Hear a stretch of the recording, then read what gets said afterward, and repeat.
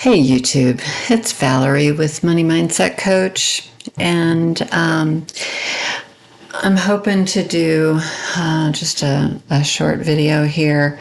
Last week I did a video on Medicare, and I got a lot of comments, a lot of views. My audience is, 50 and over. Several people are just like me, over 65. And it got me to thinking about, growing older. And I mean, I'm a baby boomer, which I'm sure a lot of you are. And there's a lot of us, a lot of us. And, I have to say, there are days where my fears kind of get to me. I start thinking, how long am I going to live? Once you get to be 65, 66, and I remember, it's so funny, my grandmother, my maternal grandmother, who died, I think she was 81. But I remember not knowing how old she was. And I asked her one day, I said, "How old are you, Grandma?" And she said, "I'm 65.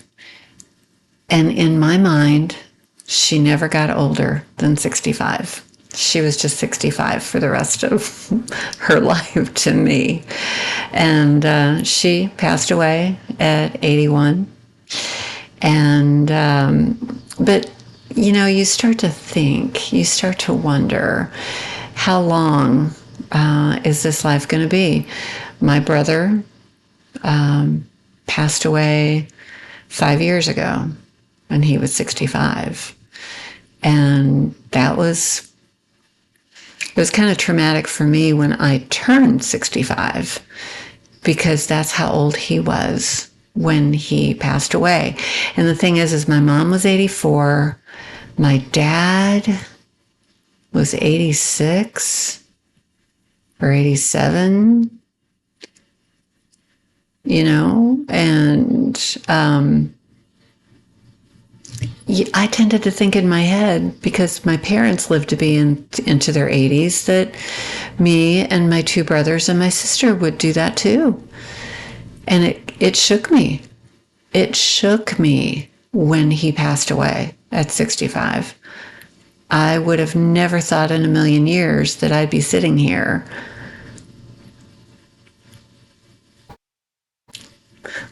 without my brother.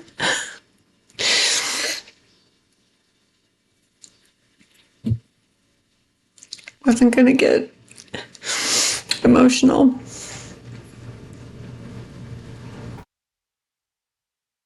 I still miss him. I still do. But I am 66. And with that video that I did, I started to think, you start thinking of your mortality. You start thinking of your longevity. You just don't know. Nobody knows. And you kind of want to live every day like it's your last, but live like you're going to live forever, and you just don't know. And so once you get to the age that I am, you start to realize, I don't know how much longer I've got. And I'm not sick. I don't have anything serious. I got my osteoporosis. I got my restless leg syndrome. I can live with those things. I really can.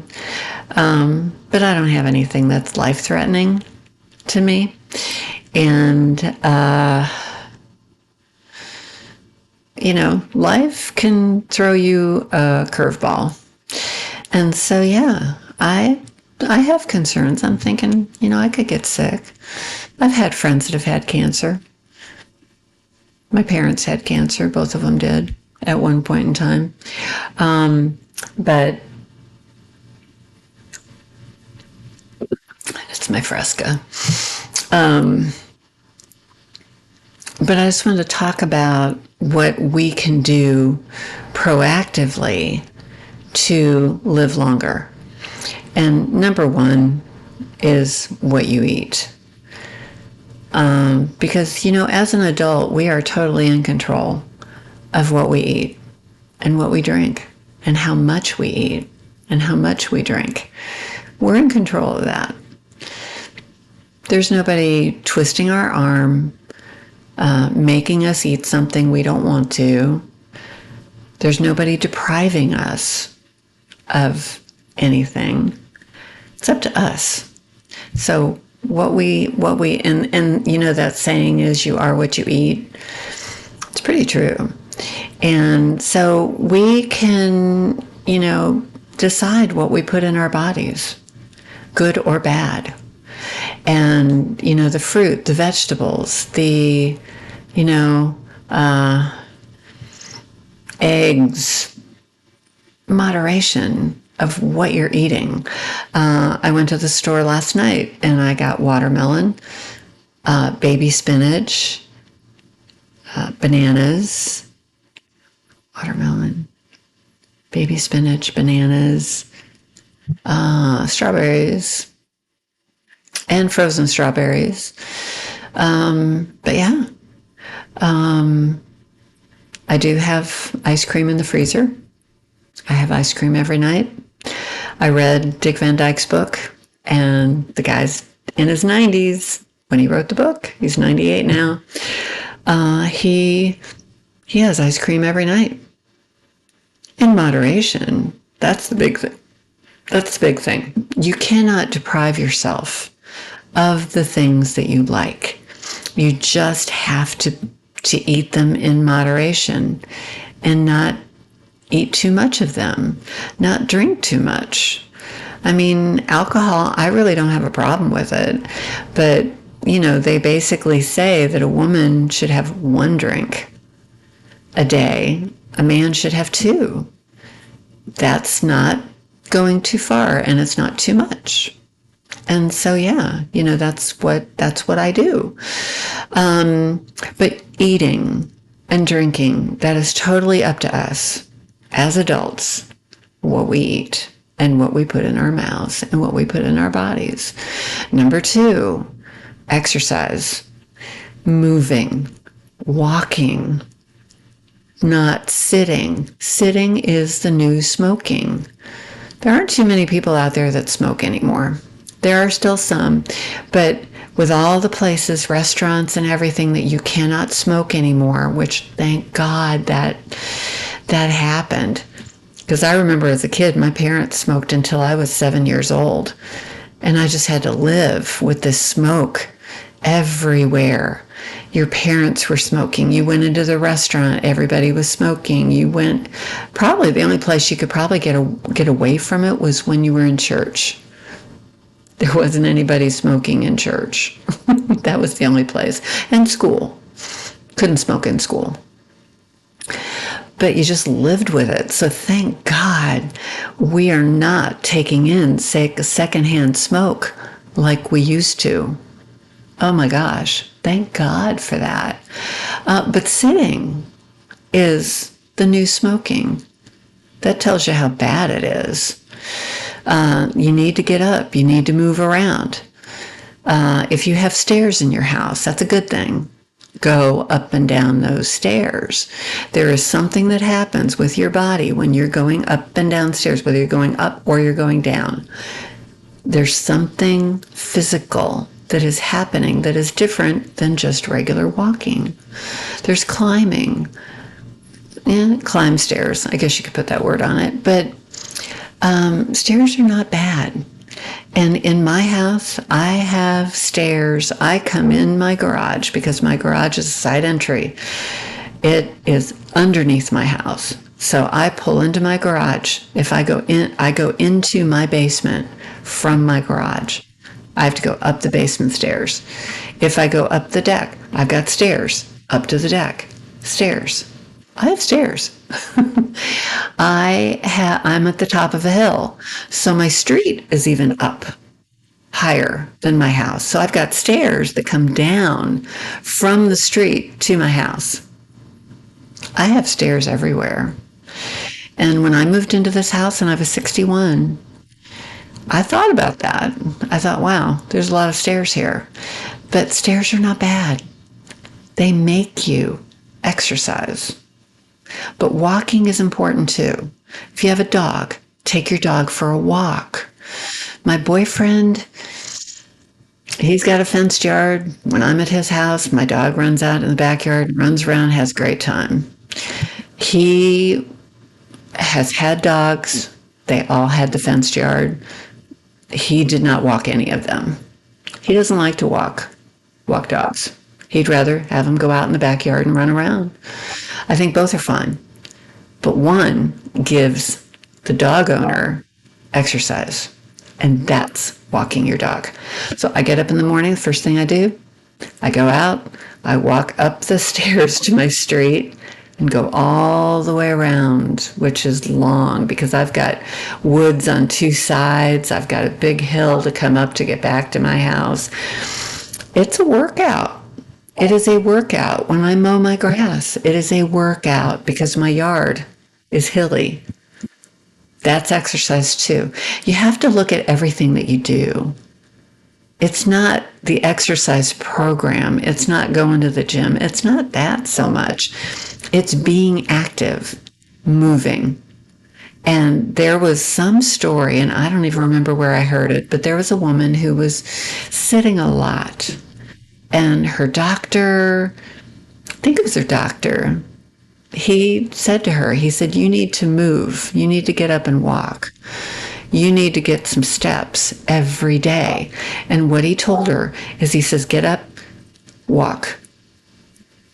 You know, however many steps that is. If it's 10, if it's 20, if it's 100, doesn't matter. Walk. He said, keep track. The next day, get up, walk. More steps than the day before. The next day, more steps than the day before. She eventually got to the point of 10,000 steps a day. She lost weight. She wasn't sedentary anymore. All of her health problems got better. All of them. That is how good walking, just walking and putting steps on. Now, I don't get 10,000 steps a day. I'm actually looking at I am at 5,400 steps today. And I did take my dog for a walk this morning, so that starts me out at like 1,600. Then I have a job where I am on my feet most of the time. I will sit down on occasion, take a break, but I'm on my feet most of the time. Standing and walking. It's not a big store, so I don't get a lot of, steps that way, but I still get some, and you will get more than you think just by doing regular stuff. My washer and dryer is down in my basement. I've got to go down there. The stairs are exercise. So moving is so important.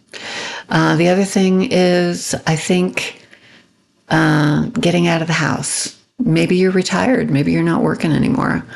Volunteering is good. There are tons of places. There are so many places that need help and need volunteers. It gets you out of the house. It gives you a purpose. My dad, he worked until he was 82. He rode his motorcycle to work when he was 82. And I was so proud of him for that. But when he wasn't working anymore, he just sat in the recliner. Just sat there.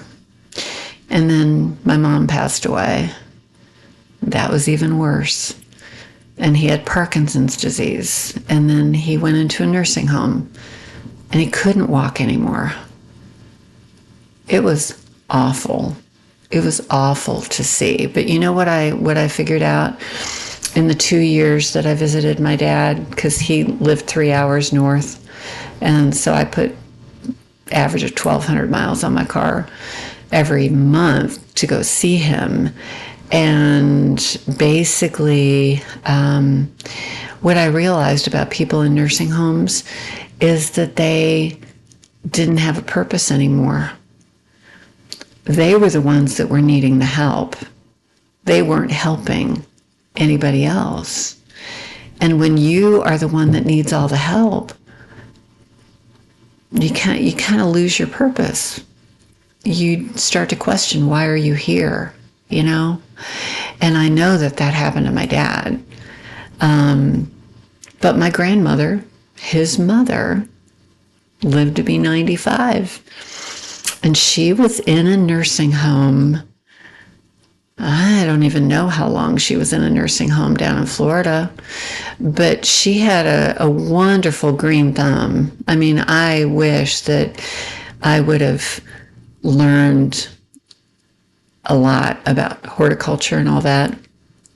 She knew, I mean, the knowledge that she had, she could grow anything.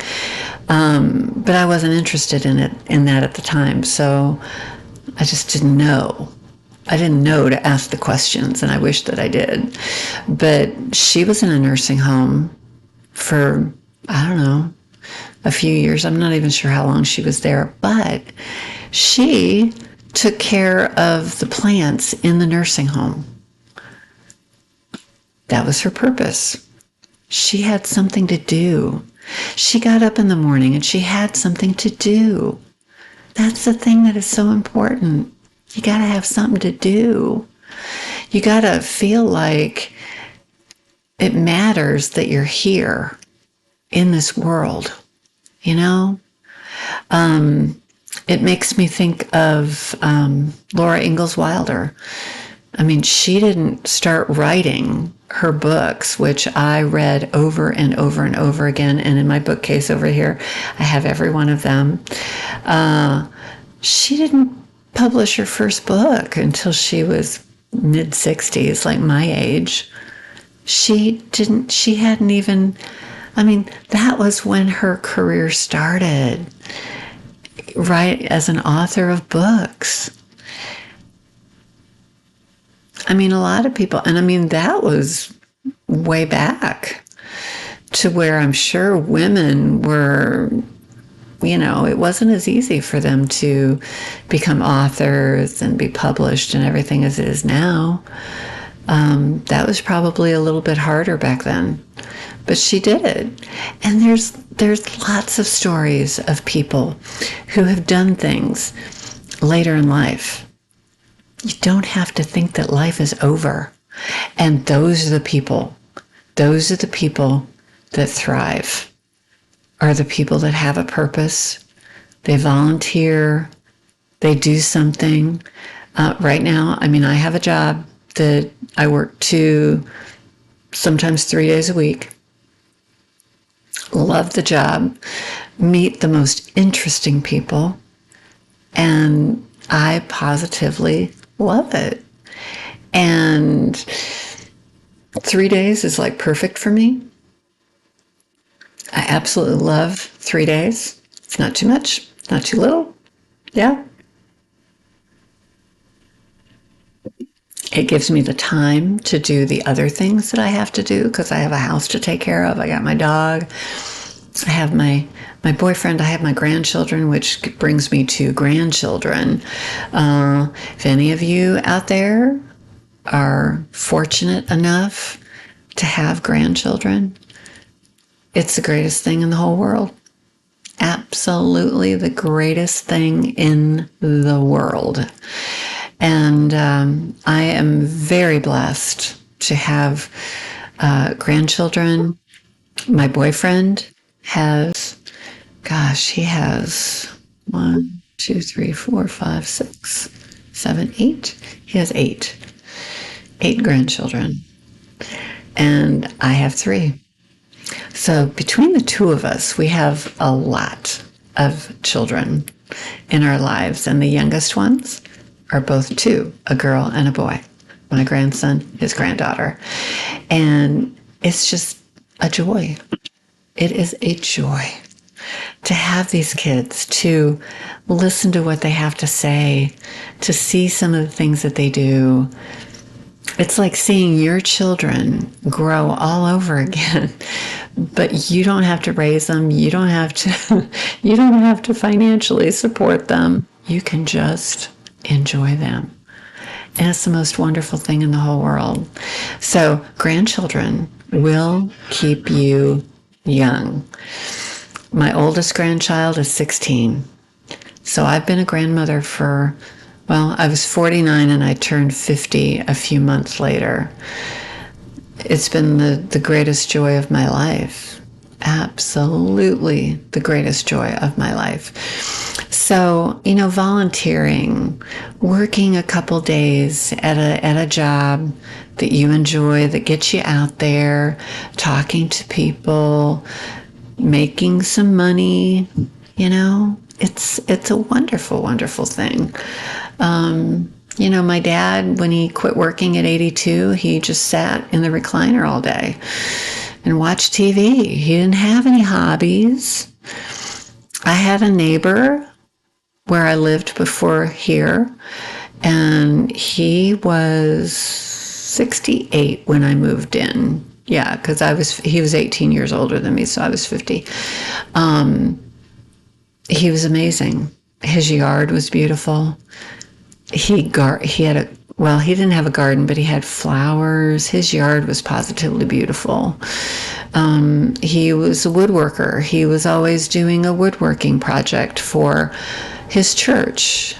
He went on trips with other retired people. They would just, let's go to Germany. Let's take a cruise. Let's do this. He was active. He went to the gym every day. He belonged to the Y. He had a routine. He was a retired educator, but he had a routine of what he did. He got up in the morning. I think he would go every morning and have coffee with some friends. Then he would go to the gym. Then he would come home, and he had a whole routine. He even built a gazebo in his backyard by himself. He was pretty amazing. He was a pretty neat guy. And, it's like life is too short. We don't know how long we have, but I'm just saying, eat right, exercise, volunteer, be active in your community, have your friends. Friends are very important. Talk to your friends. Don't be isolated. If you live by yourself, you need to get out. You need to see people. I have friends that I have lunch with every month. And it's important, and if you can't have lunch with them, talk to them on the phone. My sister, we stay in touch with each other and know what's going on and all that. You have to have that. My job that I have, it's a retail job. I work in a kitchen boutique store. It's a really cool store. It has a lot of cool stuff. I positively love it. But the people that come in, I might never see them again. Now, I have great conversations with them. I could talk to anybody, I think. If they want to talk, I can talk. And you can tell from this, I do love to talk. But I meet these wonderful people. But then I never see these people again. Or maybe, they might come back into the store, but it's like I don't see them on a regular basis. It's your family. It's your friends. Those are the people that you see. Those are the people that you need to have relationship with. And it's important, It is so important. So please, we can do a lot for ourselves.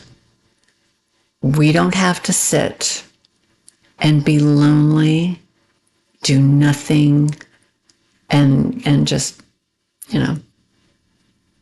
be unhealthy. We can be healthy. Reading, journaling, prayer, meditation, all those things are so good for you. Getting enough sleep, very good too. But yeah, that's all I gotta say. I'm running out of words, which is unusual for me. But anyway, that's all for now. Thank you so much for being here. If you're still here, I know it's 24, 25 minutes.